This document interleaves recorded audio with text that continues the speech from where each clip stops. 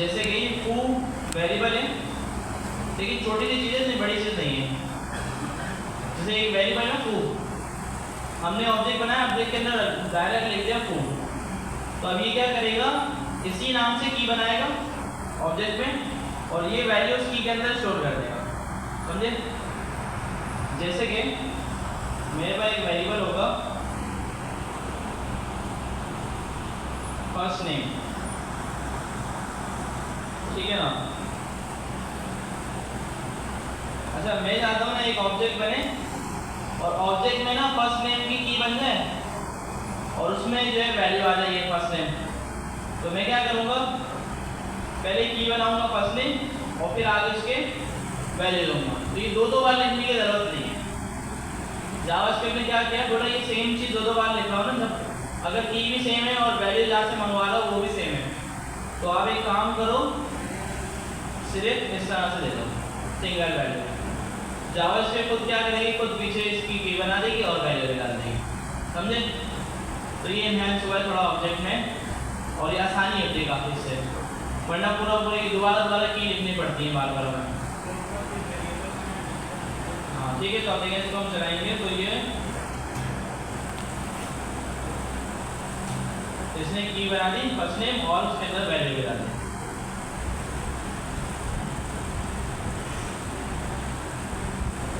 ठीक है, इसी तरह ये मेथड बना दिया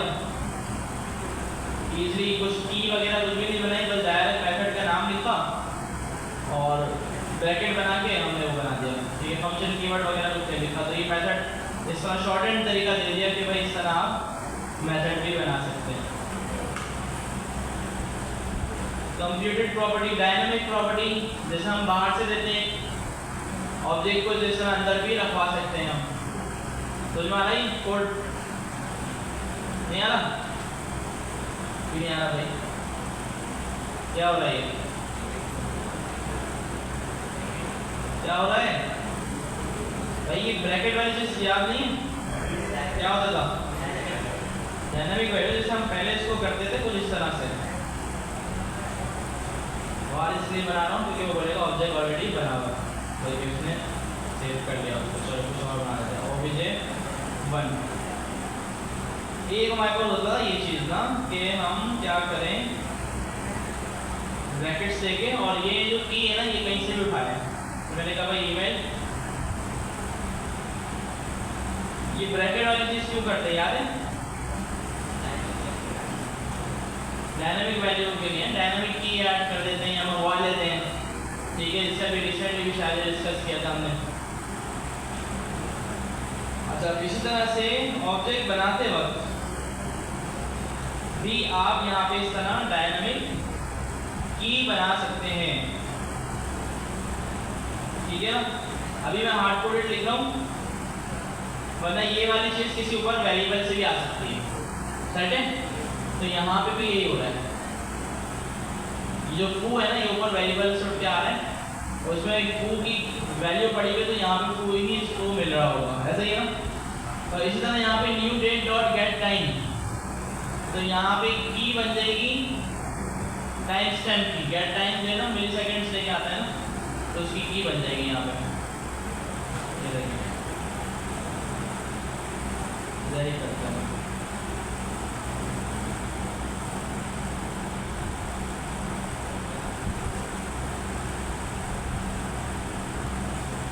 ठीक है, जैसे मैं यहाँ पे टाइम सेव कर लूँ,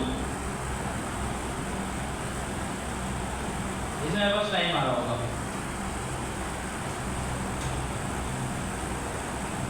यहाँ पे मैं टाइम दे दूँ, तो अब आप देखेंगे ऑब्जेक्ट को, तो ऑब्जेक्ट की जो की है वो क्या बनी होगी,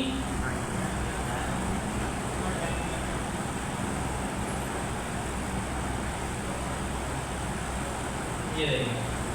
ठीक है, ये एक्सपेक्ट कर रहे थे, गेट टाइम में मिली सेकेंड निकाले, क्या करें इसका, इस तरह वाले ये जगह खाली है सारी, यहाँ पे इसको बंद कर देते हैं।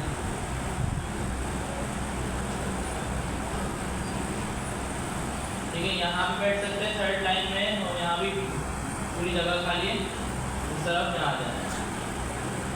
अच्छा है, करीब करीब होके बैठ जाएगा कहीं थोड़ा। हाँ चला जाओ भाई, क्या हो गया? दिख रहा है ये वाला, दिख रहा है?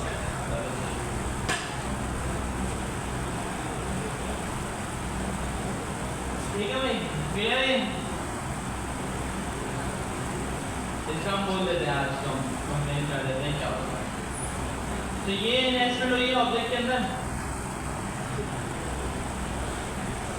ऑब्जेक्ट मर्जिंग आ गई है नेटिव, इसका जावास्क्रिप्ट में मेथड निकाले ऑब्जेक्ट डॉट असाइन, जिसको मल्टीपल ऑब्जेक्ट दो वो सारे ऑब्जेक्ट को मर्ज कर देगा। ठीक है ना? अच्छा एक चीज याद है, रेफरेंस वाली चीज बताई थी आपको ऑब्जेक्ट के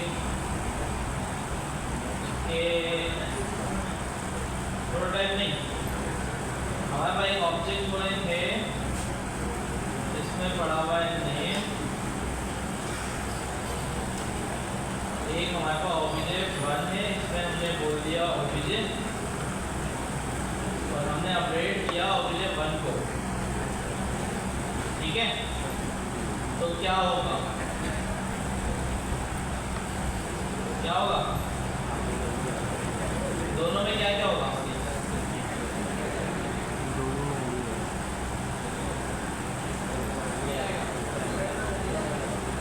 एक में अहमद, एक में अली, जो बताया था मैंने, भूल गए?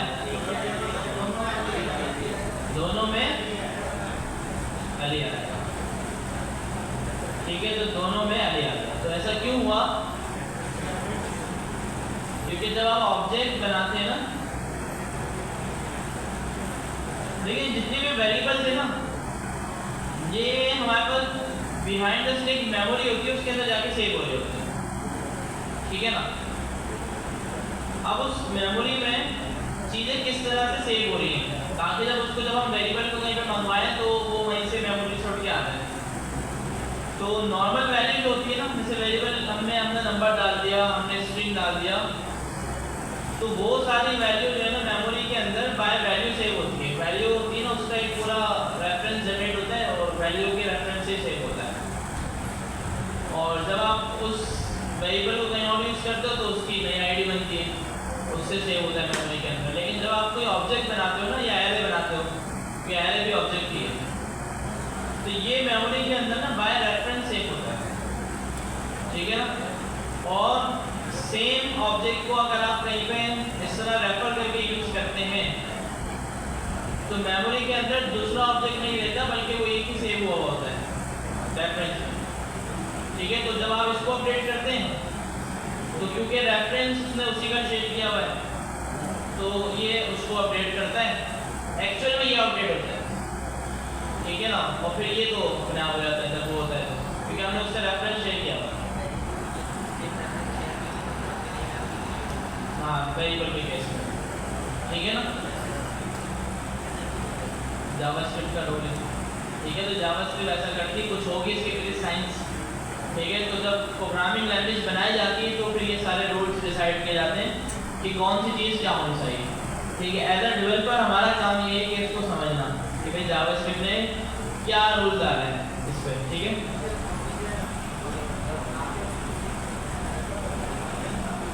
क्या करते हैं वो तो एक ही चलेगा ना, पूरी सीरियल चलेगी इसका, कोई ऐसा मसला नहीं है। अब जैसे ऑब्जेक्ट 2 को मैं अपडेट करूंगा ना तो सारे होंगे।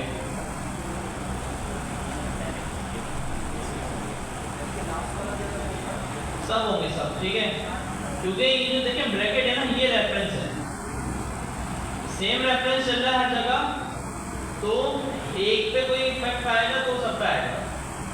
ठीक है, क्योंकि रेफरेंस सेम है। अच्छा, आप चाहते नहीं यार मैं रेफरेंस सेम नहीं रखना चाहता, ठीक है ना, मैं चाहता हूँ कि यार अलग रेफरेंस हो, तो आप क्या करें, कर्ली ब्रैकेट बनाएं और पुराने वाला ऑब्जेक्ट से वैल्यू को कॉपी कर लें। स्प्रेड पता है ना, उसके बाद क्लास होगी, कॉपी कर लिया हमने। अब हम चलाएंगे पिछली बार तो पर एक में पड़ा। ठीक है, सर की नहीं होगी, दूसरे सर की होगी। तो इसमें जो है ना ऑब्जेक्ट की कॉपी ली हमने, मतलब पुराने ऑब्जेक्ट से उसकी कॉपी ली। और उसको नए ऑब्जेक्ट के अंदर, नए रेफरेंस के अंदर डाला है, ठीक है।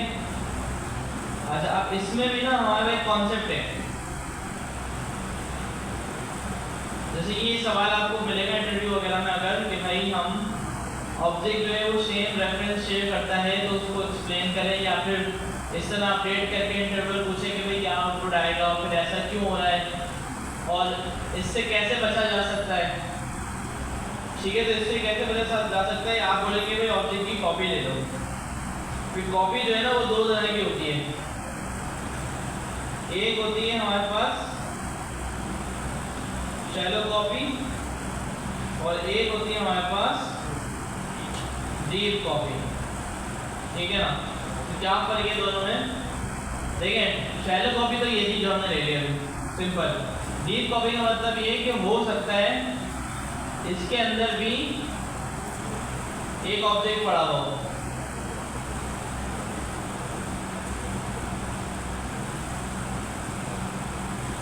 ठीक है ना। अब अगर object 2 dot detail dot tool सिरानी था, मैंने एसएमआईटी कर दिया, तो ये अब किस में होगा, एक में होगा, तीनों में होगा, ठीक है। तो अगर आप देखें तो इसमें एसएमआईटी पड़ा हुआ है, एसएमआईटी पड़ा है, तीनों में होगी। क्यों? क्योंकि हमने कॉपी शैलो कॉपी ली है, मतलब जो उसकी मेन प्रॉपर्टी है वो हमने सिर्फ कॉपी की है, अंदर जो ऑब्जेक्ट है वो अब भी सेम रेफरेंस शेयर कर रहा है, ऐसा ही ना। डिटेल वाला, डिटेल भी एक ऑब्जेक्ट था ना, और आप देखिए डिटेल में ही ब्रैकेट जो लगे हुए हैं, यही सेम रेफरेंस इसमें भी चला गया होगा, इसमें भी चला गया होगा, ठीक है। तो यहाँ पे अगर हमें इससे बचना है तो हमें ना डीप कॉपी लेनी पड़ेगी, ठीक है। तो डीप कॉपी मैनुअली भी ले सकते हैं, लेकिन ये बहुत कॉम्प्लेक्स हो जाएगा। जैसे मैं बोलूँ भाई डिटेल, और यहाँ पे मैं बोल दूँ भाई नए ब्रैकेट बनाओ और ऑब्जेक्ट डॉट डिटेल कर दो, ठीक है ना। वही स्क्वायर ऑपरेटर वाला काम हमने कर दिया कि भाई हमने पहले कॉपी ली, तो ये सारी चीजें उठ के आ गई होंगी यहाँ पे। अब हमने डिटेल लिखा ना, तो इस बार डिटेल ने जो डिटेल कॉपी होकर आया था उसको रिप्लेस कर दिया होगा, और फिर हमने अपना डिटेल बना के उसके अंदर डिटेल की कॉपी लेके डाल दी। अच्छा, अब इसमें मसला क्या होगा कि हो सकता है हमारे पास ये डिटेल और डिटेल के अंदर फिर एक और ऑब्जेक्ट हो, उसके अंदर एक और एक बहुत ज़्यादा हो, तो यहाँ पे मसला हो जाएगा कि हम बोले इनकी बात हमें जनरली नेस्टिंग करनी पड़ रही है। समझ में आ रही है बात, समझ में आ रही है बात। तो हम कैसे डीप कॉपी लेंगे, तो हमारे पास एक तरीका था लोकल स्टोरेज में जब हम सेव करते थे ऑब्जेक्ट को, याद है क्या था,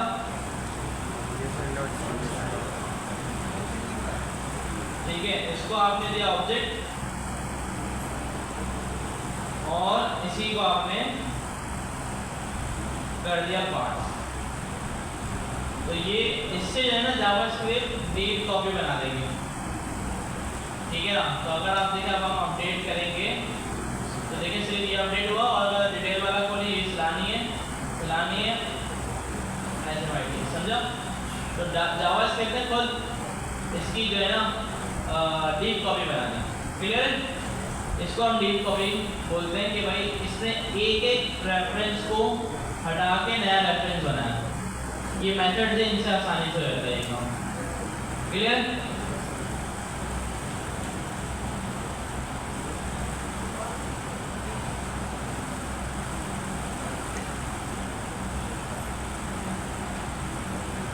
ठीक है भाई, तो ये हो गया, मर्जिंग भी देख लिया, कंप्यूटेड प्रॉपर्टी भी देख लिया, मेथड इनिशियलाइजर भी देख लिया, प्रॉपर्टी इनिशियलाइजर भी देख लिया, बेस स्ट्रक्चरिंग हमने देख ली थी ऑब्जेक्ट की, एरे की, ठीक है। और ये हमने देख लिया था, ठीक है, कि यार जब हम लूप वगैरह चला रहे हैं तो उसमें भी इस तरह हो सकता है। अच्छा, ये आइटरेटर एक चीज़ होती है, ये आगे बढ़ेंगे तो इस वजह से अभी समझ में नहीं आएगा क्या है।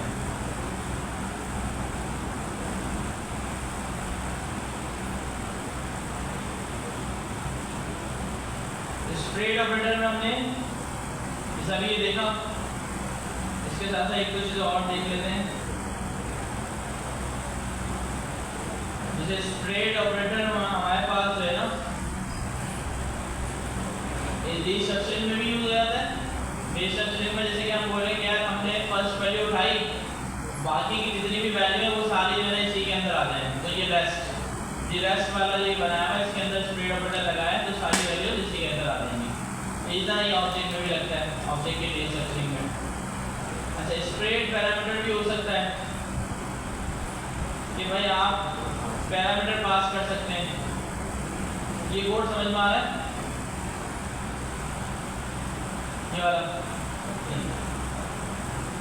ये वाला क्या हो रहा है?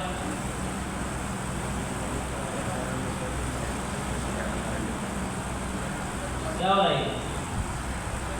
एक फंक्शन है, 3 पैरामीटर उसमें रिसीव हो रहे हैं और नीचे देखिए फंक्शन को कॉल करें और वहां पे स्प्रेड ऑपरेटर लगा के एक एरर से वैल्यूज उठाएंगे। देखिए स्प्रेड ऑपरेटर सिंपल ना एक चीज क्या करता है, जैसे हमारे ये वैल्यूज पढ़ेंगे ना, अगर आप स्प्रेड ऑपरेटर लगाते ना ट्रिपल डॉट, ये क्या करता है कि सारी वैल्यूज को उठा के यहाँ पे इस तरह ला के रख देता है, समझे? कॉमा भी साथ ही आते हैं, कॉमा भी आते हैं।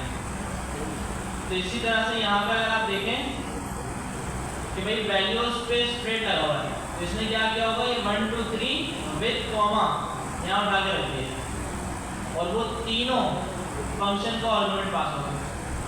ऐसे ही ना, यहाँ अगर फंक्शन ने ABC को रिसीव करें तो हमें किस तरह पास करना था, 1 2 3, ताकि 1 चले जाए A को, 2 चले जाए B को और 3 चले जाए C को। तो यहाँ पे इन्होंने अलग अलग करने के बजाय स्प्रेड ऑपरेटर से सारे एक ही साथ कर दिए। क्लियर है? हाँ, वो तो फंक्शन जो नॉर्मल एरो उसको कोई मसला नहीं है, सिर्फ अभी बात पैरामीटर की होगी। इसी तरह ये भी कर सकते हैं कि एक वैल्यू आपने पास कर दी, बाकी की आगे से उठा ली, फिर लास्ट में पास कर दी, ठीक है ना? तो एक ही बात है, 2 3 वैल्यूज होंगी ना, एरे में नहीं होंगी ना। देखिए एरे नहीं होता है, स्प्रेड ऑपरेटर जब आप लगाते हैं ना तो वो एरे नहीं उठाता बल्कि एरे की वैल्यूज उठाता है, ठीक है? पहले यहाँ नहीं चलेगा, कंसोल पे अगर हम चला दें चल जाए तो ठीक है, कंसोल इस वैल्यू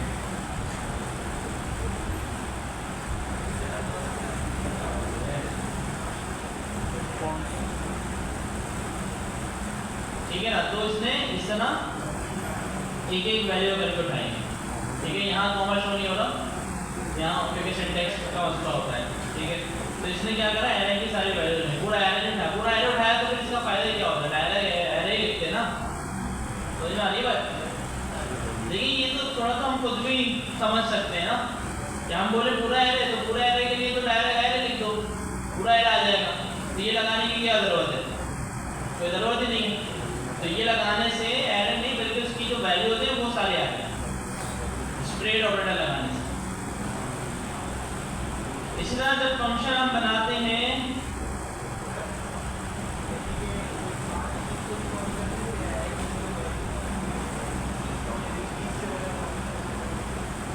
एरे की, वो तो स्लैश यूज होता है, स्प्रेड ऑपरेटर पूरा उठाता है, आधा एरे नहीं उठाता कभी भी। स्प्रेड ऑपरेटर का मतलब है पूरा उठाना, ठीक है? अब जैसे ये पैरामीटर्स हमने इसको दे दिए A, B और C, foo के फंक्शन को कॉल करके तीनों पैरामीटर पास कर दिए।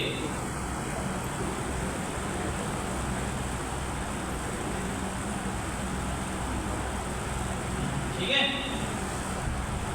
अब ये तीनों पैरामीटर ABC में आ रहे होंगे, यहाँ भी कर सकते हैं, 3 लिखे ना ABC, तो हम यहाँ भी 3 डॉट लगाएं और रेस्ट लिखते हैं, रेस्ट की जगह कुछ भी लिखते हैं या ऑल लिखते हैं। इसमें क्या आएगा, सारे पैरामीटर एक साथ आ जाएंगे, ठीक है? आगे राशि और ना होगा, ठीक है? आप देखिए ये आसानी किसमें थी, जैसे नॉर्मल फंक्शन में आपको याद होगा आर्गुमेंट्स का कीवर्ड होता था, अब वो हटा तो इसने ये वाली आसानी दे दी कि भाई ऐसे कर लो, ठीक है ना? तो इसमें सारे इसने उठा लिया। अच्छा, आपको अगर पहला उठाना है, आप बोले पहला उठा लो, बाकी सारे ऑल में डाल दो। तो ए कॉमा ऑल, तो अब ऑल में आ रहे होंगे लाहौर इस्लामाबाद और ए में आ रहा होगा कराची। ठीक है। अच्छा, अब आप चाहते हैं ये सारी वैल्यूज भी एरर से आए,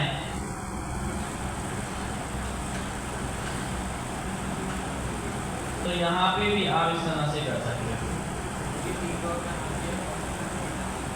ठीक है, 3 लगेंगे हम, 2 लगेंगे। देखो यहाँ पे भी स्प्रेड लिया, वहाँ पे भी स्प्रेड लिया। क्लियर?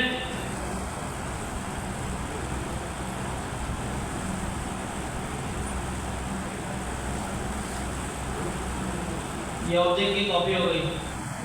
ओपन वाले ऑब्जेक्ट में से वैल्यूज उठा के यहाँ लिख। देखिए एक चीज और समझें, यहाँ में A2 क्यों आया, इसमें इस कोड में A के अंदर 2 क्यों आया, ये बताएं। हाँ,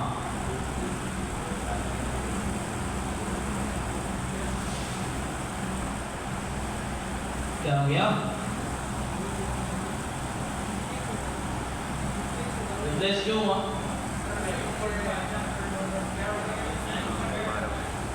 हाँ, ऊपर से आए। देखें A में पहले 1 पड़ा हुआ था, तो जब ये हमने कॉपी किया ना, तो ऊपर से A की वैल्यू आ गई और इस वाले A को उसने रिप्लेस कर दिया। देखिए, जबकि ऑब्जेक्ट के अंदर आप समझे 2 नेम की ना सेम वो बना देगी, तो कौन सी वाली रहेगी? दूसरी वाली रहेगी। लाइन पे चलता है ना कोड, दूसरी वाली रहेगी, तो यहाँ पे भी यही हुआ।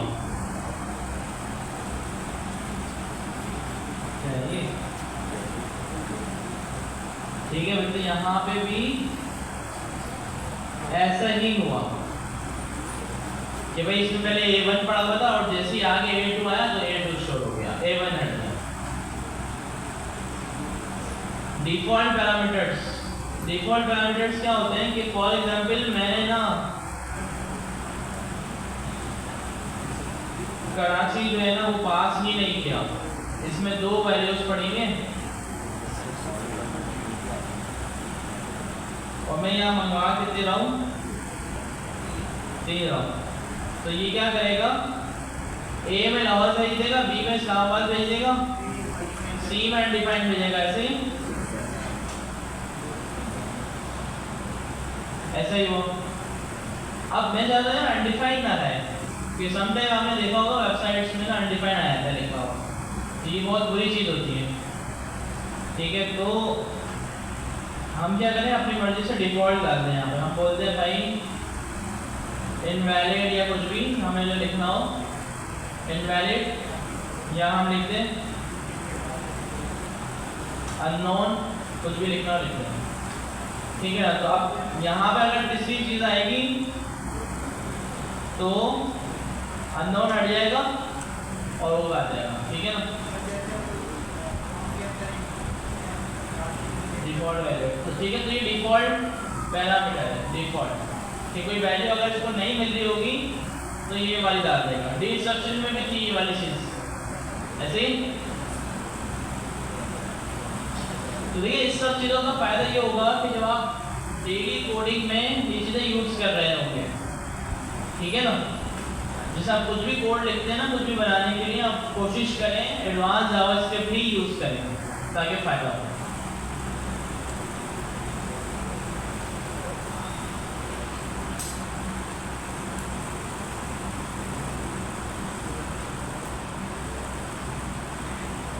डिफ़ॉल्ट पैरामीटर हो गया, सिंबल जो है ना ये बाद में, address generator, map, set, promise तो हमने पढ़ लिया ना, तो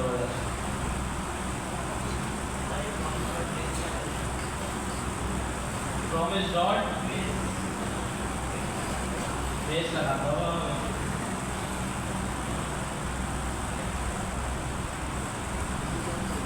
डेफिनेशन इसके यहीं पर देख सकते हो आप। ठीक है भाई, तो रेस क्या कर रहा है, create a promise that is resolve और rejected when any of the provided promise are resolve और रिजेक्ट। मतलब ऑल की तरह ही है, प्रॉमिस और ऑल होता है ना, तो तो इसको आप जो है ना पास करोगे बहुत सारे प्रोमिसेस की एरे। तो जब सारे रिजॉल्व हो जाएंगे तो ये भी रिजॉल्व हो जाएगा, अगर कोई भी एक भी रिजेक्ट होगा तो ये रिजेक्ट हो जाएगा। ठीक है, ये एक ना एडवांस कॉन्सेप्ट है, ट्रांजैक्शंस बोलते हैं इसको, डेटाबेस का कॉन्सेप्ट होता है ये कि भाई जैसे फॉर एग्जाम्पल हम बोले यार क्लास से ना 10 लोग बाहर जाएं, 10 के 10 अगर सक्सेसफुली बाहर निकल जाएं तो सही है, अगर कोई एक भी रह जाए ना तो 10 वापस आ जाएंगे।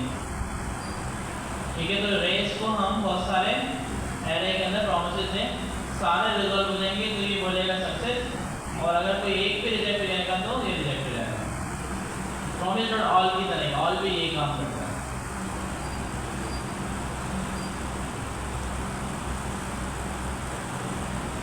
ठीक है, कुछ और भी चीज़ें थी छोटी छोटी मेरे हिसाब से, क्योंकि इस बंदे ने मेंशन नहीं की हुई।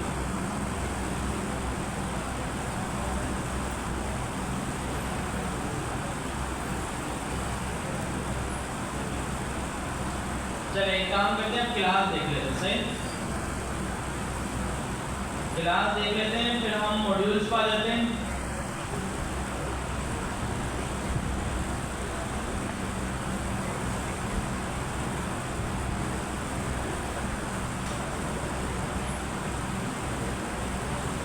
बाकी देखिए कुछ ओल्ड कॉन्सेप्ट भी है, न्यू नहीं ओल्ड, जो हो सकता है आपसे पूछ लिया जाए इंटरव्यू वगैरह में। जैसे फैक्ट्री फंक्शन होते थे, फैक्ट्री फंक्शंस, इस फंक्शन का काम भी ना कंस्ट्रक्टर की तरह होता था, इसको डेटा दो, ये ऑब्जेक्ट बना के आपको रिटर्न करे। ठीक है, और इसका सिंटैक्स भी बड़ा आसान ही है, मतलब ये नॉर्मल है, एडवांस जावास्क्रिप्ट का कॉन्सेप्ट नहीं है। फैक्ट्री लगा दी देखो, ठीक है, मतलब ये फंक्शन आपको ऑब्जेक्ट रिटर्न करेगा, आप इसको डेटा दो, ये आपको ऑब्जेक्ट बना के रिटर्न करता रहेगा। तो ये जो है ना फैक्ट्री फंक्शन होता है। ठीक है, तो ये ऐसे रिटर्न होता है। अब जैसे मैं स्टूडेंट का एक फंक्शन बना देता हूँ, अच्छा ये भी एरो हो या कुछ भी हो चलेगा, मतलब एक कॉन्सेप्ट है।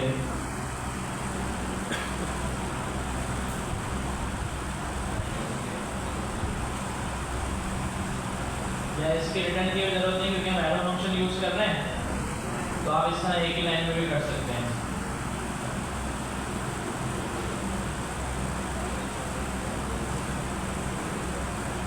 देखें, ये मैंने बनाया नेम,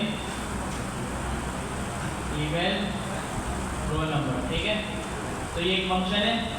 अच्छा ये एडवांस लिखा है, मुझे भी समझ नहीं आ रहा होगा, अगर नॉर्मल लिखते हैं ना तो ये इस तरह का होगा। ठीक है ना, फंक्शन नाम सेम है, एरर आ रहा है तो कोई मसला नहीं। तो ये 3 पैरामीटर फंक्शन रिसीव कर रहा है और रिटर्न कर रहा है एक ऑब्जेक्ट को। ठीक है, ये मैंने एडवांस में लिखा है, ये मैंने नॉर्मल कोड लिखा है। ठीक है, ऊपर वाला और ये कोड दोनों सेम है, ऊपर वाला थोड़ा सा एडवांस तरीके से लिखा हुआ है। राइट है। अच्छा, अब ये फैक्ट्री फंक्शन है, इसका काम है एक ऑब्जेक्ट बना के देना। देखिए इस फंक्शन को मैं कॉल करूंगा विद डेटा, जैसे स्टूडेंट को कॉल किया मैंने, कहा भाई name Ahmed, roll number, email ahmed@gmail.com और रोल नंबर इसका ये है। तो इसको मैंने डेटा पास किया, ये रिटर्न करेगा एक ऑब्जेक्ट बना के।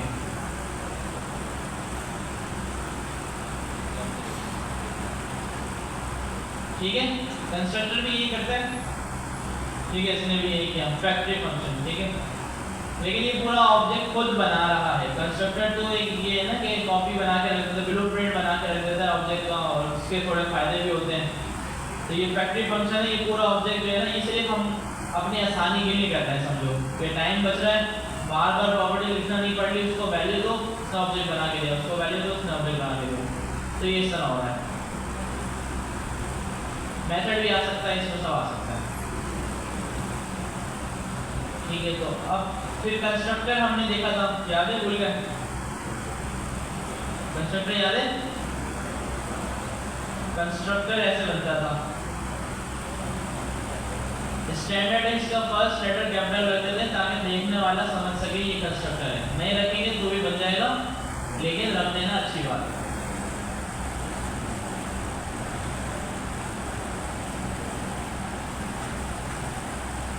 ठीक है, वैसे ही होता है। दो ये प्रॉपर्टी बना रहा हूँ अभी मैं, नेम ईमेल, तो ये कंस्ट्रक्टर फंक्शन है।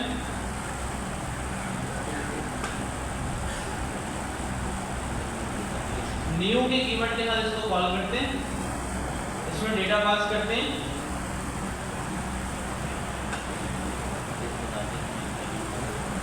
और ये हमें ऑब्जेक्ट बना के दे देता है, ऐसा ही। ठीक है भाई, याद है ना, भूल गए? ऑब्जेक्ट बना के हमें दे दिया, तो ये कंस्ट्रक्टर फंक्शन था। इससे फायदा क्या होता था कि भाई हमें प्रॉपर्टीज के नेम बार बार नहीं लिखना पड़ रहे थे। ठीक है, और इसमें मेथड भी बना सकते हैं। और इसका एक और बड़ा फायदा था प्रोटोटाइप का, कि आप प्रोटोटाइप बना देते थे और उसमें जब कुछ डाल दें तो जब जब ऑब्जेक्ट बनता था वो प्रोटोटाइप वाली चीज़ दोबारा से जनरेट नहीं होती थी। जावास्क्रिप्ट ने ये किया हुआ। अच्छा, अब एडवांस जावास्क्रिप्ट में हम एरो फंक्शन यूज़ कर रहे हैं। एरो फंक्शन में जैसे कुछ होता ही नहीं है। ठीक है, तो हम क्या करते हैं, एडवांस जावास्क्रिप्ट में इंट्रोड्यूस होता है हमारे पास class with some additional features। ठीक है ना,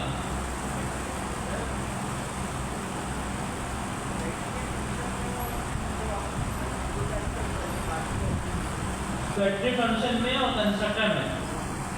कंस्ट्रक्टर ये है कि थोड़ा एफिशिएंट है और इसी चीज़ के लिए बनाया गया है। ठीक है, और फैक्ट्री फंक्शन समझे हम नॉर्मल फंक्शन को अपने तौर पे यूज़ कर रहे हैं आसानी के लिए। ठीक है, वो कोई इसका कॉन्सेप्ट नहीं है ऑब्जेक्ट का ब्लूप्रिंट बनाने का। तो कंस्ट्रक्टर फंक्शन बनाया इसीलिए गया कि ऑब्जेक्ट का ब्लूप्रिंट हम बना सकें। और क्लास जो है ना वो कंस्ट्रक्टर फंक्शन की रिप्लेसमेंट है एडवांस जावास्क्रिप्ट के अंदर, ये स्टेप्स। तो इसमें क्या होता है भाई, इसमें हम बना देते हैं। अच्छा, देखने में इसका सिंटेक्स थोड़ा मुश्किल लगेगा, लेकिन फ़ायदे के लिए इसमें चीज़ें जो है ना बहुत है। ठीक है ना, कंस्ट्रक्टर की। ठीक है, अब जैसे इसमें हमने क्लास बना दी और यहाँ पे क्लास के अंदर डिफ़ॉल्ट ये हमें कंस्ट्रक्टर मेथड बनाना पड़ता है खुद से। ठीक है, और इसी तरह से अब यहाँ पे हम नेम ईमेल जो भी रिसीव करना चाहें वो कर सकते हैं। और जिस तरह कंस्ट्रक्टर में होता था वैसे ही यहाँ पे हमने कर दिया। ठीक है,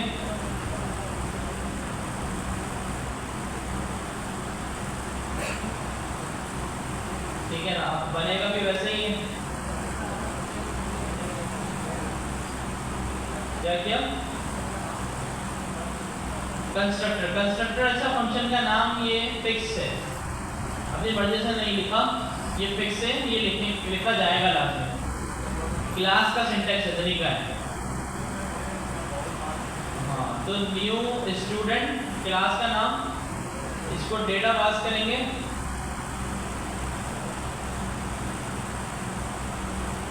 ठीक है, और ये उसी तरह से आपको एक ऑब्जेक्ट बना के दे देगा।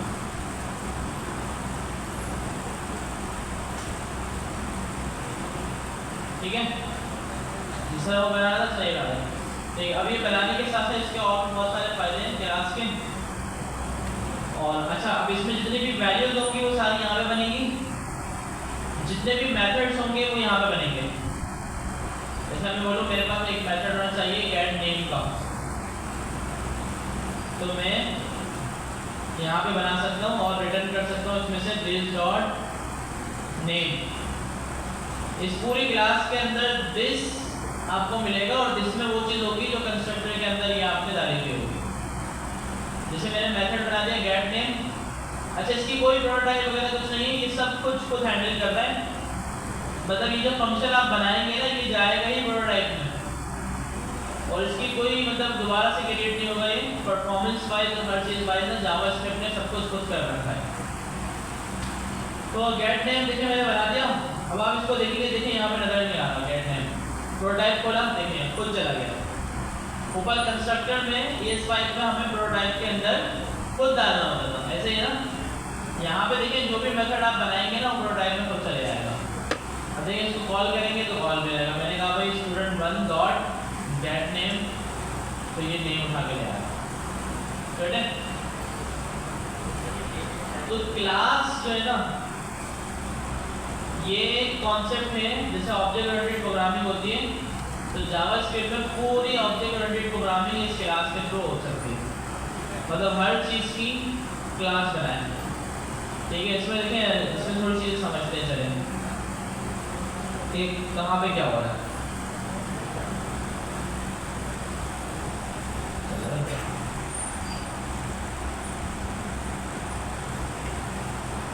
ठीक है ना। तो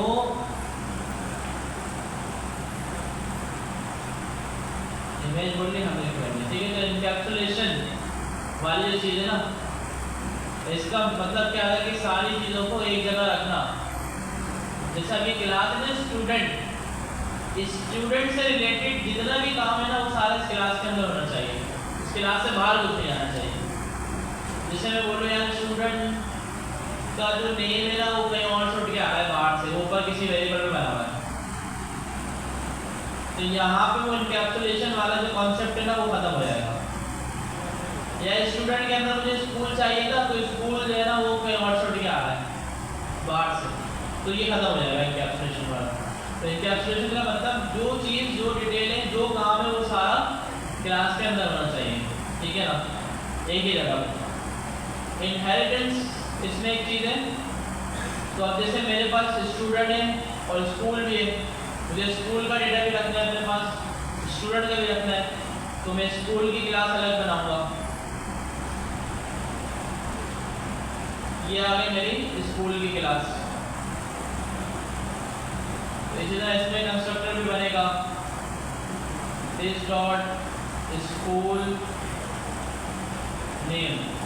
जैसे अभी मैं डायरेक्टली यहाँ पे लिख देता हूँ, वैसे पूरा वैसे ही होगा जैसे हो रहा था।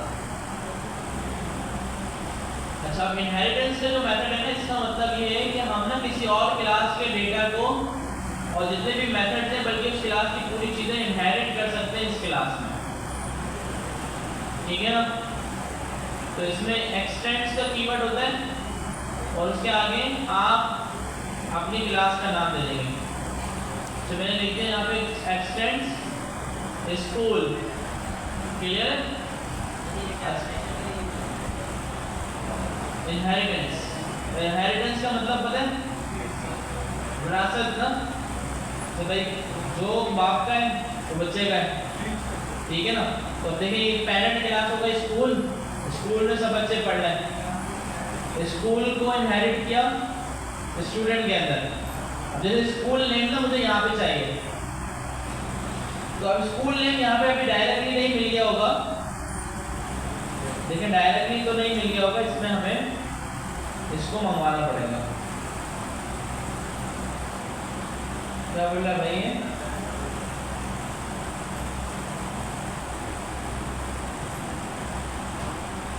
मस्ट कॉल सुपर, अच्छा सही है, सुपर कॉल करना होगा क्योंकि एक्सटेंड किया,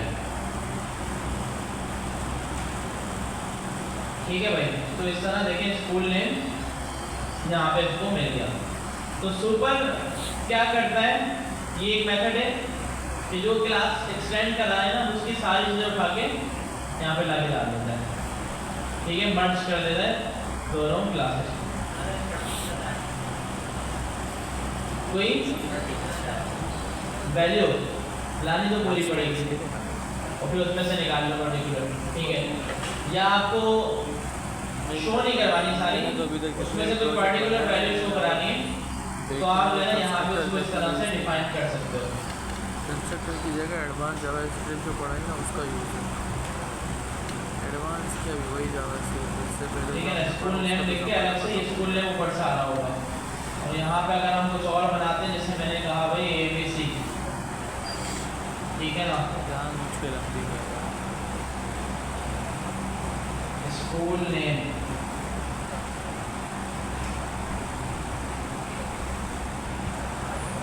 अच्छा, इसमें सिंटेक्स देखना होगा थोड़ा समझ में। Class JavaScript class inheritance. अच्छा, क्लास बेस्ड प्रोग्रामिंग अब कम होती है जावास्क्रिप्ट में और काफ़ी लोग करते भी हैं, लेकिन जब जिस स्टैक पे हम है ना, जैसे मर्न पे हैं, मर्न में क्या है, मोंगोडीबी आ गया और एक्सप्रेस आ गया, रिएक्ट और नोड, तो इसमें क्लास वाली प्रोग्रामिंग कम होती है, इसमें फंक्शनल हम कर रहे होते हैं ज़्यादातर। लेकिन फिर भी अगर कोड अच्छा करना होता है और सारी बेस्ट प्रैक्टिस को फॉलो करना होता है तो हम ना यही वाली प्रोग्रामिंग करते हैं। ठीक है भाई, तो पर्सन नेम सुन लिया सर की बात कि कोड अब अच्छा नहीं है। पास इसको यहीं से किया है, इसने खुद उठाया नहीं।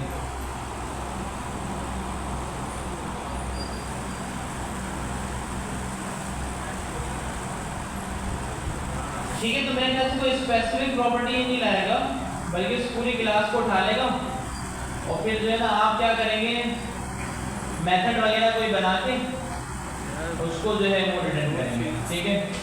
अच्छा, अब एक और चीज़ होती है कि ना, ये भी तो वही कर रहा है, बाकी प्रोटोटाइप। अच्छा, क्लास में वैसे और भी बहुत चीज़ है, अभी हम बेसिक चीज़ देखना है। ठीक है ना, तो एक और चीज़ क्या है, कभी भी कोई भी ना इसको अपडेट कर दे। ये तो ज़्यादा मुश्किल है। जैसे मैं boss@gmail.com था, मैं जो है ना इसको चेंज कर दूं अगर, तो क्या चेंज हो जाएगा? नहीं सबको भी चेंज हो गया। ठीक है ना, अब मैं चाहता हूँ यार ये चेंज ना हो, क्योंकि मेरी क्लास है, अगर कोई चेंज कर देगा तो खराब हो जाएगा मसला। ठीक है, तो हम जो है ना क्या कर सकते हैं, जैसे ईमेल है ना, यहाँ था ये कहाँ था, एक मिनट, क्लास प्राइवेट प्रॉपर्टी, तो अपनी जो प्रॉपर्टी है ना उसको हम प्राइवेट बना देते हैं ताकि कोई भी उसको जो है ना बाहर से अपडेट ना कर सके।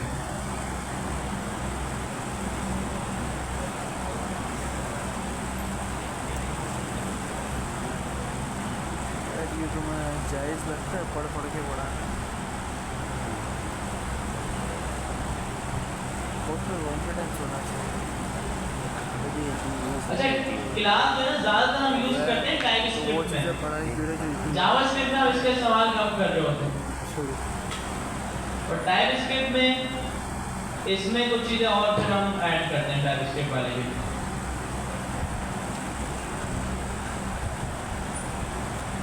जैसे कोई भी ऐसी चीज़ होगी ना तो उसको हम इसमें नहीं डालेंगे, कंस्ट्रक्टर में, उसको हम अलग सेपरेट रखेंगे।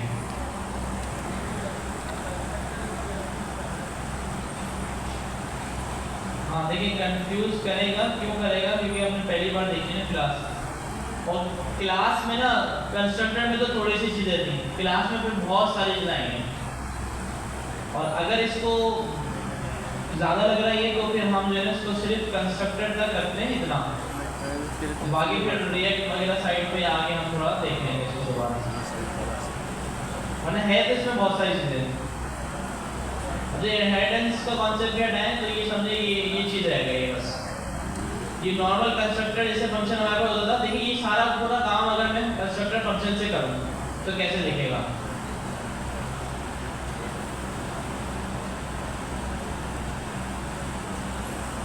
ठीक है जी, इसमें कितनी चीज़ें हैं, 3 चीज़ें हैं, तीनों मैंने कलम कर लिए और यही मैंने कॉपी करा, पेस्ट किया। अच्छा, मेथड चाहिए था तो मेथड भी मैंने यहीं पर ही दे दिया।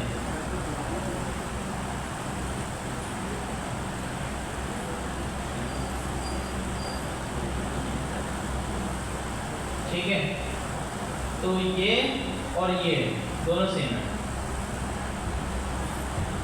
ठीक है भाई, तो ये ऊपर वाला जो है ना वो ES6 है, नीचे जो है ना ES5 है। ठीक है, तो इतना भी अगर समझ लेना अभी के लिए तो काफ़ी होगा।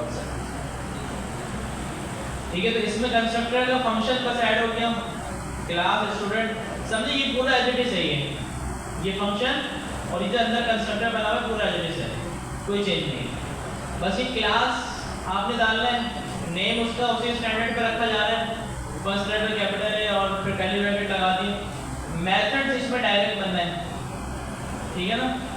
तो भाई इसमें ये जो चार कॉन्सेप्ट है ना ऑब्जेक्ट ओरिएंटेड प्रोग्रामिंग के, ये कवर हो जाते हैं पूरे इसमें। तो इस वजह से हम ना जब ओ वाली प्रोग्रामिंग करें तो फिर हम क्लास पे हमें जाना होगा, ठीक है, तो वरना इतना काफ़ी है, ठीक है भाई। तो इतना भी अगर हो जाए तो सही है, मसला नहीं होगा, वरना इसमें बाकी इसमें हम और ये चीज़ें कर सकते हैं कि यार ये नेम जो है ना ये कोई अपडेट ना कर सके। इसमें कॉन्सेप्ट होता है गेटर और सेटर का। गेटर और सेटर क्या होता है कि हम ना दो मेथड बनाते हैं, उसी मेथड से ही ये वैल्यू निकाल सकते हैं, उसी मेथड से उसको अपडेट कर सकते हैं, ठीक है। जैसे वैल्यू होगी फील्ड होगी, उसके लिए जैसे मैंने मेथड आया दिस डॉट नेम, इसको मैं गेट कर रहा हूँ और इसको अपडेट करना हो तो मैं मेथड बनाऊंगा सेट नेम और इसको मैं इस तरह से इसमें वैल्यू लेके अपडेट कर दूंगा। तो बाहर से वैल्यू पास होगी, अपडेट होगी, यहाँ से ये नेम हट जाएगा और यहाँ पे नेम जो है ना इस तरह स्टैटिक करके ऐड हो जाएगा।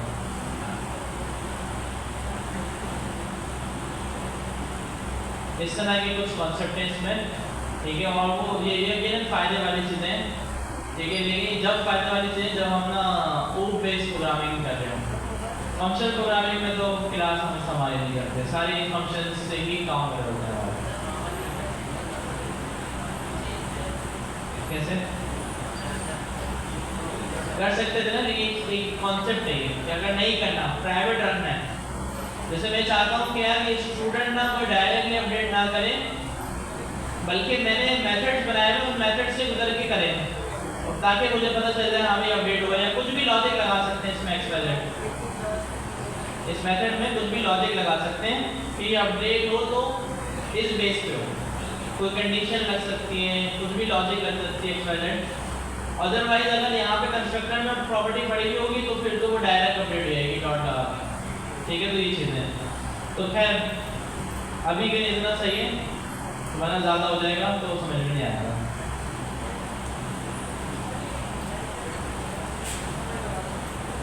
एक्सटेंड्स का वो क्या लोकल वाली क्लास में जितनी भी चीज़ें पढ़ेंगे मेथड प्रॉपर्टी वो सब इसमें डाल देंगे अगर इनहेरिट करना है।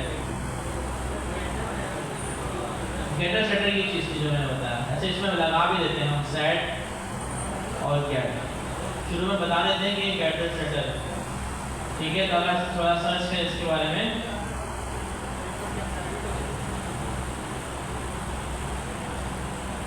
ठीक है, इस तरह से एक्सेसर्स भी बोलते हैं इसको। असल जावास्क्रिप्ट तो अब शुरू हुई है यार, हम क्या पढ़ रहे थे टाइम से।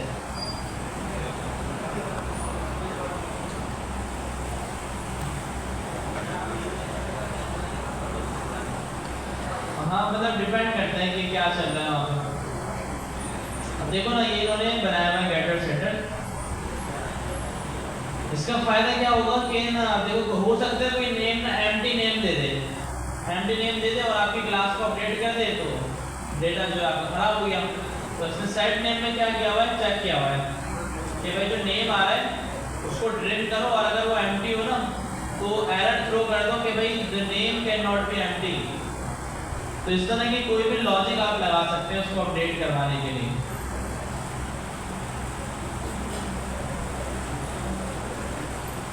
ठीक है ना। तो मेथड के आगे हम ये लगा देते हैं गेट और सेट, और ये जो है ना इसमें जो अंडरस्कोर लगा हुआ है तो ये भी इस चीज़ को रिप्रेजेंट करता है कि ना ये स्टैटिक प्रॉपर्टी प्राइवेट प्रॉपर्टी है, इसको आप डायरेक्टली अपडेट ना करें बल्कि इसको अपडेट करने के मेथड दिए हुए उससे अपडेट करें, ठीक है। तो इस तरह की चीज़ें इसमें हैं। और फिर जब टाइपस्क्रिप्ट हम करते हैं तो उसमें क्लास के साथ फिर और चीज़ें और जुड़ती हैं तो फिर जो है ना और फायदा हो जाता है। ठीक है जी, तो अब हम जो देखें जो चीज़ हमारे काम आएगी, हम मॉड्यूल्स देख लेते हैं, ठीक है ना। मॉड्यूल्स का क्या सीन है कि यार अब हम इतना सारा काम करेंगे जावास्क्रिप्ट के ऊपर आगे भी, तो क्या सारा कोड एक फाइल में लिख देंगे? अजीब लगेगा ना, सारा कोड सारे फंक्शन सब कुछ एक ही फाइल में बना देना।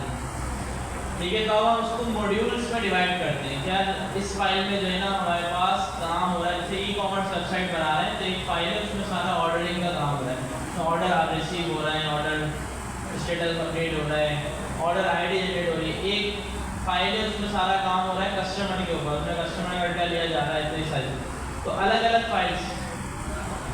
अब जैसे कि मैं यहाँ पे एक फंक्शन बनाऊंगा सम का या किसी भी चीज़ का,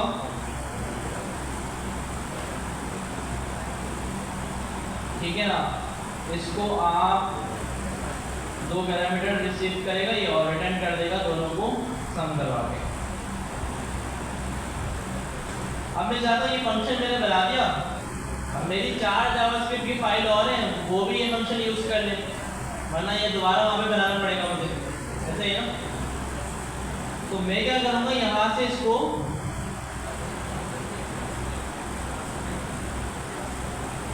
मॉड्यूल डॉट एक्सपोर्ट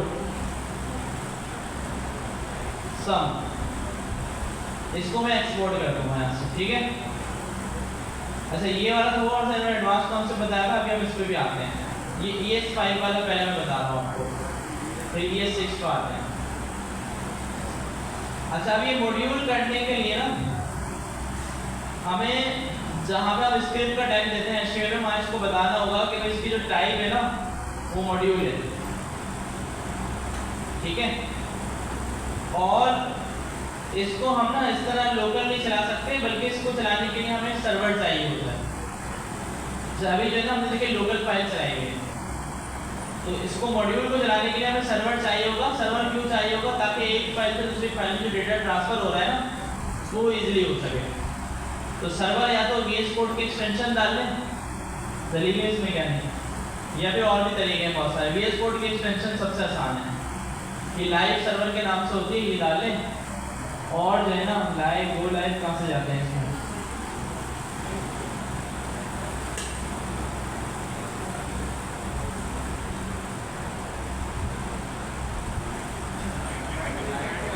सही राइट क्लिक करके, अच्छा पहले से चल रहा है, पहले स्टॉप कर देते हैं और फिर जो है ना इसको हम क्या बोल रहे हैं, server is not already running, हाँ ओपन विद लाइव सर्वर, ठीक है। तो ये लाइव सर्वर पे खुल गया।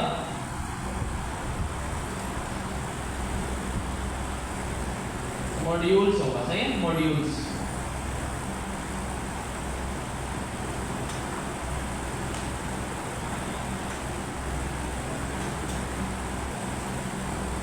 ठीक है, तो फिर ये और जावास्क्रिप्ट न्यू जावास्क्रिप्ट से भी कर सकते हैं, लेकिन पहले ये देख लेते हैं इसका सिंटैक्स क्या था। मॉड्यूल डॉट एक्सपोर्ट, मॉड्यूल ही तो लिखा था पहले,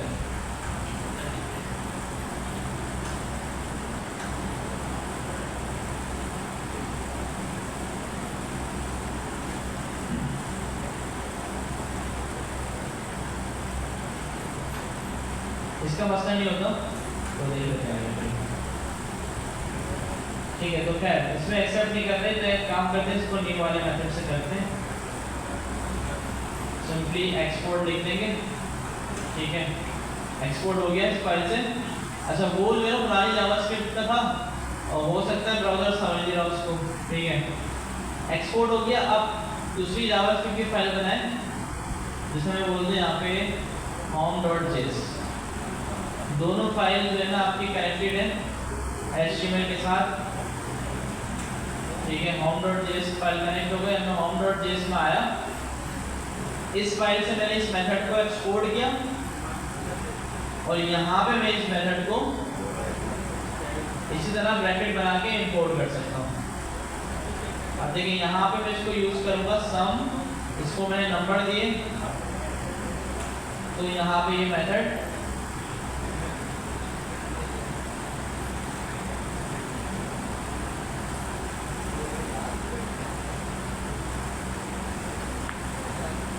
क्यू नॉट फाउंड, अच्छा app.js पूरा लिखना है आपको, app.js, ठीक है। और ये चलिए 20, ठीक है भाई। तो एक फाइल से फंक्शन को एक्सपोर्ट करवाया दूसरी फाइल के अंदर। तो फंक्शन भी हो सकता है, कोई वेरिएबल भी हो सकता है। तो मैं चाहता हूँ भाई ये एक्सपोर्ट हो जाए, तो इसमें ही कॉमा डाला, एक्सपोर्ट कर देंगे। वही ऑब्जेक्ट का कॉन्सेप्ट है, ऑब्जेक्ट की इनहेरिटेंस बताई थी ना। तो ये क्या हो रहा होगा कि ये एक पूरा ऑब्जेक्ट बन के एक्सपोर्ट हो रहा है। और डायरेक्ट भी कर सकते हैं आप, जैसे ये नहीं करना चाहे ना तो आप क्या करें, हर इंडिविजुअल चीज़ के आगे एक्सपोर्ट लगा दें ऐसे, फिर इसकी ज़रूरत नहीं है। ये भी एक्सपोर्ट हो गया, ये भी एक्सपोर्ट हो गया। अच्छा अब यहाँ पे दोनों चीज़ें आपको मिल रही होगी ऐसे ही, सम भी मिल रहा है और स्कूल भी मिल रहा है, ठीक है। स्कूल भी आ गया और सम भी आ गया, ठीक है। वहाँ से जो चीज़ भी एक्सपोर्ट की यहाँ पे मिल गई। अच्छा अब इसमें अलग अलग तरीके हैं इंपोर्ट एक्सपोर्ट के। अब देखिए यहाँ पे ऑब्जेक्ट आपको पता है एक्सपोर्ट हो रहा है, तो आप पूरा एक साथ भी करवा सकते हैं। जैसे आप इसको ऑल या कुछ भी इसका नाम रख दें, अब जो डेटा है वो आपको कैसे मिलेगा, ऑल के अंदर एज ऑब्जेक्ट मिलेगा।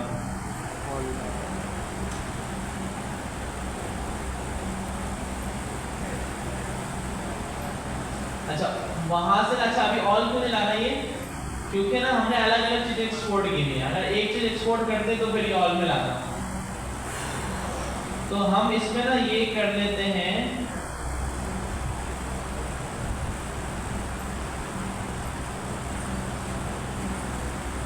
अच्छा इसका क्या मतलब होता है स्टैटिक का, कि इस फाइल से जितनी भी चीजें निकल रही है ना वो सारी ले आओ और उसको एज अ ऑल यहाँ पे दे देना। तो ये क्या करेगा, उसको सबको ला के हमें यहाँ पे दे देगा ऑब्जेक्ट के अंदर। तो अब मुझे यहाँ पे स्कूल चाहिए तो मैं बोलूँगा भाई ऑल डॉट स्कूल। मुझे अगर मेथड चाहिए तो बोलूँगा भाई ऑल डॉट सम, और इसमें ये नंबर पास करके इसका आउटपुट आ गया। क्लियर है? अपडेट किया, हाँ कर सकते हैं, ठीक है। जब पूरी वैल्यू आ गई तो उसको अपडेट भी करा सकते हैं। फाइल में से कोई एक चीज़ करनी पड़ेगी ना, फाइल कैसे होगी, ठीक। फाइल में से मतलब कुछ तो जाएगा ना। डिफॉल्ट कर सकते हैं इसे एक चीज़, जैसे हमने ये मल्टीपल चीज़ें करी, एक चीज़ हम जो है ना यहाँ पे बना के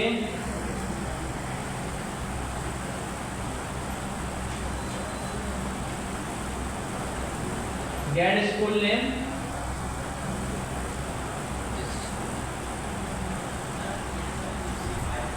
एक्सपोर्ट डिफॉल्ट, सीएसएस नहीं है ना। अच्छा देखिए ये डिफॉल्ट एक्सपोर्ट होगा। डिफॉल्ट एक्सपोर्ट का मतलब ये है कि आप इसको जो है ना डायरेक्टली इंपोर्ट कर सकते हैं। जैसे मैं बोलूँ भाई गेट स्कूल नेम, तो यहाँ पे डायरेक्टली आपके पास आ सकता है। मेथड आ गया, नाम पहले चेंज भी कर दें इसका, जैसे मैं गेट स्कूल कर दूँ तो नाम चेंज से कुछ फर्क नहीं पड़ेगा। क्यों? क्योंकि वहाँ से जो है ना डिफॉल्ट एक्सपोर्ट होगा। देखिए स्कूल नेम आ गया, तो डिफॉल्ट एक्सपोर्ट का मतलब है कि इस फाइल से ये अच्छा डिफॉल्ट एक ही चीज़ होती है, जाहिर सी बात है, डिफॉल्ट एक ही चीज़ होगी। अगर आपने मल्टीपल करनी है तो एक्सपोर्ट लगेगा। अच्छा अब डिफॉल्ट वाला भी चाहिए और ये दोनों भी चाहिए, तो आप डिफॉल्ट के आगे कॉमा लगाएंगे, ब्रैकेट के अंदर बाकी की दूसरी चीज़ें मंगवा लेंगे, ठीक है। तो डिफॉल्ट वाली चीज़ भी आ गई और जो चीज़ आपने इंडिविजुअल एक्सपोर्ट की है वो भी आ गई, ठीक है। अच्छा अब हो सकता है कि आपकी इस फाइल में भी आपने एक फंक्शन बनाया हुआ हो और उसका नाम भी सम हो, ठीक है ना। तो अब तो एरर आ जाएगा कि इंपोर्ट भी हो रहा है सब और इस फाइल भी बना हुआ है। तो इसको क्या कर सकते हैं, इसको इंपोर्ट किसी और नेम से कर सकते हैं। जैसे मैंने डी स्ट्रक्चर में बताया था कि आप लगाएंगे इसके आगे एज और आप इसको बोल देंगे सम या ओल्ड सम या कुछ भी इसको बोल सकते हैं। तो अब ये जो है ना सम से इंपोर्ट नहीं होगा बल्कि इस नाम से इंपोर्ट होगा, ओल्ड सम। क्लियर? तो इसका नेम आप इंपोर्ट करते वक्त चेंज भी कर सकते हैं। समझ में आ गई? अच्छा पूरी फाइल हो सकती है, एक तरीका है उसका, जैसे ये सारी चीजें ना ये सारी चीज़ें हमने यहाँ पे एक्सपोर्ट की गई।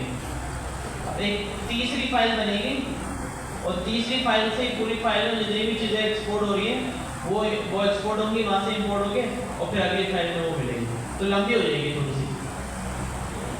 ठीक है। अच्छा ये वाला जो एक्सपोर्ट है ना, ये आप सिंगल लाइन में भी कर सकते हैं और यहाँ पे नीचे भी कर सकते हैं, इस तरह एक ही बात है। ठीक है ना, इसको या तो ये वाला करते हैं, ऊपर से एक्सपोर्ट हटा दें, या ऊपर वाला कर दें। ठीक है, तो एक्सपोर्ट मल्टीपल आइटम्स कर सकते हैं आप, और डिफॉल्ट जो है ना वो सिंगल आइटम होता है। और इसी तरह इंपोर्ट करते वक्त जब आप मल्टीपल आइटम एक्सपोर्ट कर रहे होंगे तो वहाँ पे इंपोर्ट करते वक्त भी इसका नाम ऑब्जेक्ट स्ट्रक्चर लिखेंगे, और अगर आप डिफॉल्ट कर रहे होंगे तो डायरेक्टली उसका नाम लिख देंगे। क्लियर है भाई, इंपोर्ट एक्सपोर्ट क्लियर। तो अभी हम मल्टीपल फाइल्स बना के अगर हमें एक फंक्शन को किसी दूसरी फंक्शन फाइल में लेके जाना हो तो उसको इस तरह मॉड्यूल्स के थ्रू लेके जाया जा सकता है। यहाँ से एक्सपोर्ट किया, वहाँ पे इंपोर्ट किया। ठीक है, तो रिएक्ट में या जो भी लाइब्रेरी वगैरह हम सीखेंगे उन सब चीज़ों में ये मॉड्यूल जावास्क्रिप्ट इस्तेमाल होती है। उसमें पैकेजेस वगैरह से आपने कभी किसी ने यूज़ किया हो तो इंस्टॉल करते हैं, फिर उसको इंपोर्ट करके इस्तेमाल करते हैं। ठीक है, तो ये मॉड्यूल्स थे।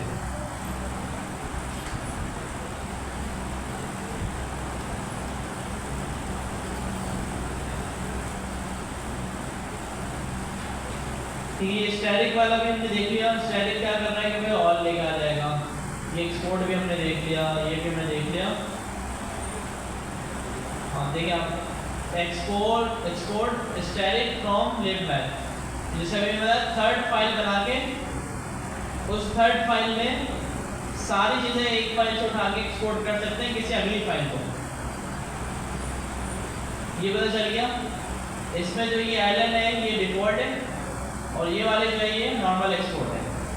ठीक है, तो ये सारे जो है ना ये मॉड्यूल हो गए। इसमें जो है ना अब हम जैसा भी हम फायरबेस करेंगे, डेटाबेस के लिए थोड़ा सा या सुपरबेस करेंगे, दोनों में से कुछ भी, या तो फायरबेस होगा या हमारे पास जो है ना वो सुपरबेस होगा। तो दोनों के लिए ना हमें ये मॉड्यूल्स जो आना ज़रूरी है, क्योंकि जितनी भी चीज़ें दे रहे हैं ना वो मॉड्यूल के हिसाब से दे रहे हैं। मॉड्यूल को यूज़ करके हमें इम्प्लीमेंट करनी पड़ती है, तो इस वजह से तो हमने मॉड्यूल्स भी देख लिए। तो अब ये है कि 2-3 क्लासें और हम एडवांस जावास्क्रिप्ट देखनी है हमें, और उसके बाद जो है ना फिर हम डेटाबेस वगैरह की तरफ आ जाएंगे। ठीक है, और फिर थोड़ा सा डेटाबेस वगैरह हो जाए तो फिर हम रिएक्ट पे आ जाएंगे। सेट है, तो आप कोशिश करें कि जो चीज़ें भी आप कर रहे हैं उसको प्रैक्टिस में लाके एडवांस जावास्क्रिप्ट वहाँ पे यूज़ करें। जहाँ पे वेरिएबल तो बनाते ही लेट्स होंगे ना, वो तो हमने शुरू इससे किया था। अब जैसे फंक्शन बनाए तो हर फंक्शन बनाए, ठीक है, ऑब्जेक्ट बनाए तो ऑब्जेक्ट की डेटा स्ट्रिंग करें और ये सारी चीज़ें करके यूज़ करें इसको। ठीक है, तो इस तरह ओवरऑल आप इसकी ना प्रैक्टिस रखेंगे एडवांस जावास्क्रिप्ट की, ताकि जो है ना ज़्यादा से ज़्यादा फ़ायदा हो जाए। सही है, या फिर आप जो है ना इसकी प्रैक्टिस ऐसे भी कर सकते हैं। अभी अब आपने जो सारे असाइनमेंट्स बनाए उसमें से कोई एक उठाएं और उसको कन्वर्ट कर दें। ठीक है ना, उसको जैसे एक फंक्शन पहले से लिखा हुआ है, आप बोले यार मैं इस फंक्शन को एडवांस में कन्वर्ट करता हूँ, तो एरो फंक्शन बनाएं उसको। अगर सिंगल पैरामीटर आ रहा है तो राउंड ब्रैकेट भी हटा दें, रिटर्न हो रहा है तो सिंगल लाइन रिटर्न हटा दें, एक लाइन में कर दें। तो इस तरह उसको पूरा एडवांस जावास्क्रिप्ट पे बना के दें। ठीक है, और बाकी छोटे छोटे और भी बहुत सारे कॉन्सेप्ट्स बाकी हैं जो कि हमें देखने हैं, जो कि ES6 नहीं बने, ES7, 8, 9, 10, 11 इसका सबका पार्ट है किसी ना किसी का, तो वो सारे हमें देखने हैं। ठीक है भाई, एनी क्वेश्चन? कुछ कर लो, प्रैक्टिस कर। कहाँ से करें, क्या मतलब? ये कोई मतलब देखें इसका असाइनमेंट क्यों नहीं है, ये कोई ऐसी चीज़ नहीं है कि जो जिसका असाइनमेंट हो।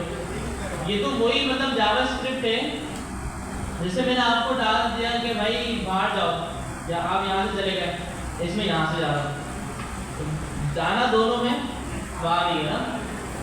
तो क्या फर्क है, सिंटेक्स का फर्क है। सिंटेक्स आसान हो रहा है इसमें, बाकी तो वही है।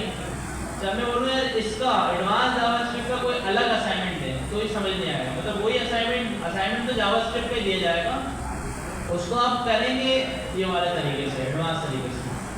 ठीक है, तो मॉड्यूल का क्या सीन है कि भाई एक फाइल में अगर कोई फंक्शन पड़ा हो उसको दूसरी फाइल में अगर आपको लेके जाना हो तो हम मॉड्यूल को यूज़ करके उसको एक्सपोर्ट करते हैं और दूसरी फाइल में जाके उसको इंपोर्ट कर लेते हैं। ठीक है, तो अब ये खुद से इसका अब जो भी जावास्क्रिप्ट का कोड लिखेंगे तो कोशिश करेंगे एडवांस ही लिखेंगे, नॉर्मल फंक्शन नहीं बनाएंगे। ऑब्जेक्ट बनाएंगे तो ऑब्जेक्ट में जितनी भी एनहांसमेंट आई है उसको यूज़ करेंगे। ठीक है, अगर बड़ी फाइल है जावास्क्रिप्ट की तो फंक्शंस को अलग अलग फाइल में डिस्ट्रीब्यूट करेंगे। ठीक है, अब जैसे मूवमेंट जैसा हम यूज़ करते हैं ना, जैसे एक एग्जांपल देता हूँ मैं, बहुत अच्छे एग्जांपल है। हमारा बहुत बड़ा प्रोजेक्ट है, समझे आपने ना दराज जैसी पूरी कंप्लीट वेबसाइट बना दी और 1 साल लगा उसको बनाने में। ठीक है, लगता है इससे भी ज़्यादा लग सकता है। जावास्क्रिप्ट आपने बनाई थी और उसमें आपने यूज़ की मूवमेंट जेस की लाइब्रेरी डेट के लिए, क्योंकि डेट कितनी जगहों पे शो करवानी पड़ेगी ना कि ऑर्डर कब गया, कब आया, कब स्टेटस अपडेट हुआ। अब कुछ सालों बाद मूवमेंट जेस जो है ना वो बोले भाई मैं तो लाइब्रेरी अपनी बंद कर रहा हूँ, तो आप क्या करेंगे, आपका इतना सारा कोड होगा, कितनी सारी फाइल होंगी, अलग अलग जाएंगे, हर फाइल में मूवमेंट जेस के कोड को ढूंढेंगे, हटाएंगे, बहुत मुश्किल रहेगी। जैसे कभी भी सॉफ्टवेयर प्रोडक्ट बनाते हैं ना तो एक लोगों का माइंडसेट ये होता है जैसे जिसको नहीं पता होगा, क्या एक सॉफ्टवेयर बना लो, कितने का बनेगा, लाख रुपए का बनवा लिया, अब वो ज़िंदगी भर चलेगा, तो ऐसा नहीं होता। सॉफ्टवेयर जो है ना कभी भी ज़िंदगी भर नहीं चलता, आप बना लोगे 2 साल बाद जो है ना आउटडेटेड हो जाएगा। हो सकता है उसमें ऐसे टूल्स ऐसी चीज़ें यूज़ की हो कि वो अब से 1 साल बाद बंद हो जाए। तो सॉफ्टवेयर जब बन जाता है ना तो उसको मेंटेन करके रखना पड़ता है, लोगों को उसको देखना पड़ता है कि इसमें जो चीज़ें यूज़ की हैं सारी अप टू डेट है या नहीं। ठीक है, अब जैसे मैंने इसकी एग्जांपल दी, 2 साल बाद मूवमेंट जेस जो है वो बंद हो गई, अब क्या करें, अब ढूंढें उसको करें। अब तो इसमें क्या आसान तरीका होता, मूवमेंट जेस की ना आप खुद की एक फाइल बनाते, उसमें अपनी मर्जी के नेम के फंक्शन बनाते और उसके अंदर मूवमेंट लगा हुआ होता और पूरी प्रोजेक्ट में आप मूवमेंट के नहीं बल्कि अपने बनाए हुए फंक्शन यूज़ करते हैं। और जब भी मूवमेंट जेस बन होती तो आप उस फाइल में जाके मूवमेंट को हटाते और दूसरी लाइब्रेरी लगा देते और बाकी सारी जगहों पे जो आपके फंक्शन यूज़ हो रहे हैं वो वैसे ही का वैसे ही रहता। पास में भाई वेरी बढ़िया नहीं आइए, आसानी हो गई ना। मतलब ऐसा नहीं होता हर फाइल में जाओ मूवमेंट के फंक्शन ढूंढो उसको चेंज करो, बल्कि एक सेपरेट फाइल है इसमें आपने अपनी मर्जी के फंक्शन बनाए और पीछे कौन सी लाइब्रेरी लगी हुई है वो हमारे प्रोजेक्ट को पता ही नहीं कि भाई मेरे पास जो डेट उठ के आ रही है, ये मूवमेंट से आ रही है, डेट डेफिनेट से आ रही है, कहाँ से आ रही है। तो इस तरह से काम होता है। अच्छा कोड होगा, मेंटेनेबल होगा, जब चाहे उसमें एक चीज़ हटाएं दूसरी चीज़ लगा दें, कोई मसला ही ना हो।